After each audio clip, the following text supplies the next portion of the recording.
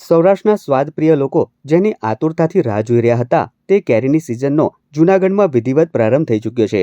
જૂનાગઢના શાકભાજી અને ફળફળાદી સબ માર્કેટિંગ યાર્ડમાં ખાખડી આવક શરૂ થઈ ગઈ છે। જો કે આ વર્ષે કુદરતી પરિબળો અને વાતાવરણમાં આવેલા પલટાના કારણે કેસર કેરીની સિઝન ગત વર્ષની સરખામણીએ અંદાજે 15 દિવસ મોડી ચાલી રહી છે। જૂનાગઢ માર્કેટિંગ યાર્ડમાં છેલ્લા 1 મહિનાથી ખાખડી કેરીની ધીમી આવક જોવા મળી હતી, પરંતુ છેલ્લા 15 દિવસથી તેમાં નોંધપાત્ર વધારો થયો છે।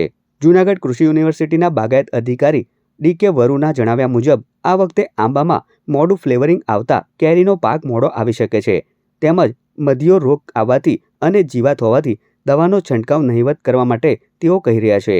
વધુમાં વાતાવરણ બદલાતા આ વર્ષે કેરીનો પાક બબલક આવશે અને આગામી 1 મહિનામાં કેરીની આવક ખૂબ વધશે તેવી આશા તેઓએ વ્યક્ત કરી હતી।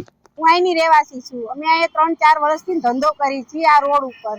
અમે કેરી લાવી છીએ અમદાવાદ જૂનાગઢથી યાર્ડમાંથી। અત્યારે કેરીનો બજાર છે 300 રૂપિયા, 250 રૂપિયા, 200 રૂપિયા। તો અમે 20-30 રૂપિયાના વચ્ચે ગાળો કરીને અમે વેચી નાખી છીએ। પબ્લિક બી ખાય, એ બી રાજી થાય અને અમને બી 5-25 રૂપિયા મળી જાય છે।